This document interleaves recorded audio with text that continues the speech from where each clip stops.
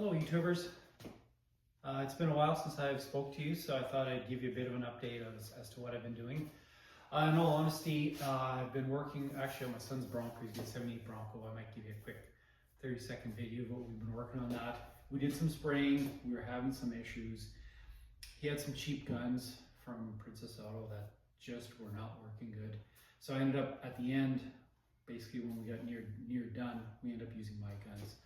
I did just buy these. These are HPS cups for my DeVilbiss finish line and starting line guns. I think they're going to work out pretty good because you can spray upside down, this way, all different ways. So that's going to take a bit of time. I'm just waiting for the adapters. I knew that there were different cup styles. I didn't know there were that many. So they're going to get me some adapters for my new gun that I bought. I bought a Drizzle Pro. I think it's an Innotech based and that you can buy on online. But I bought these cups locally in Lethbridge, and so I'm just trying to make sure everything works before I finish up. We're actually going to redo a bit of it. It looks good, but it's just there's a couple things we're going to try to fix on it. So, like I said, I might do an update on that.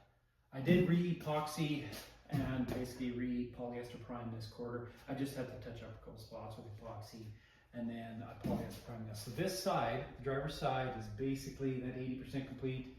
Trunk, roof, hood, 80% complete. So now I've just got to do the passenger side. When we painted my son's Bronco, we actually used basically almost like one of those instant garages you can buy. It took us about an hour to put it up. His door isn't as high as mine, so we had some issues trying to get it in. We did manage to get it in, and it actually helped with overspray inside the garage. And we had some fans pulling in and pushing out.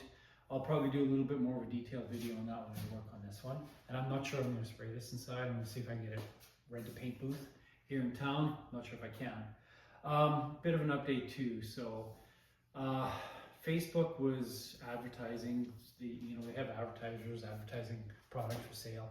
They're advertising US mags from this one company in Ontario and supposedly in Manitoba, selling wheels. And it was kind of like, I won't say the full name, but sort of vintage wheels, if you're looking for some of that on Facebook.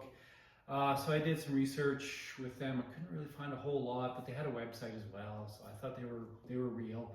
And Facebook, I thought, was pretty good at preventing scammers, especially since I've been on there for 6 months or so.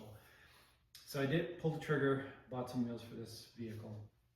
That's almost 2 months ago. They never showed up. There's every excuse under the sun as to why they weren't coming.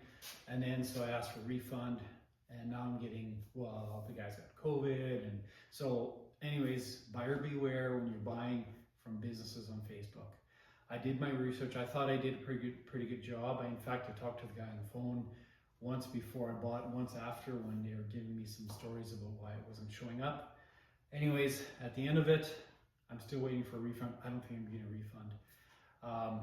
Facebook's aware. They're telling me he's legit, but I haven't seen any money back.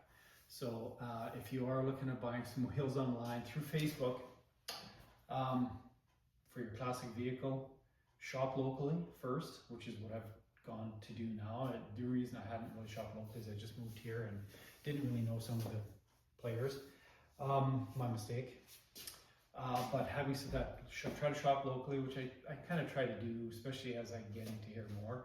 But the second thing is, if you're going to buy on Facebook, buyer beware, because right now I'm out quite a bit of money for wheels that probably could have got almost competitively locally.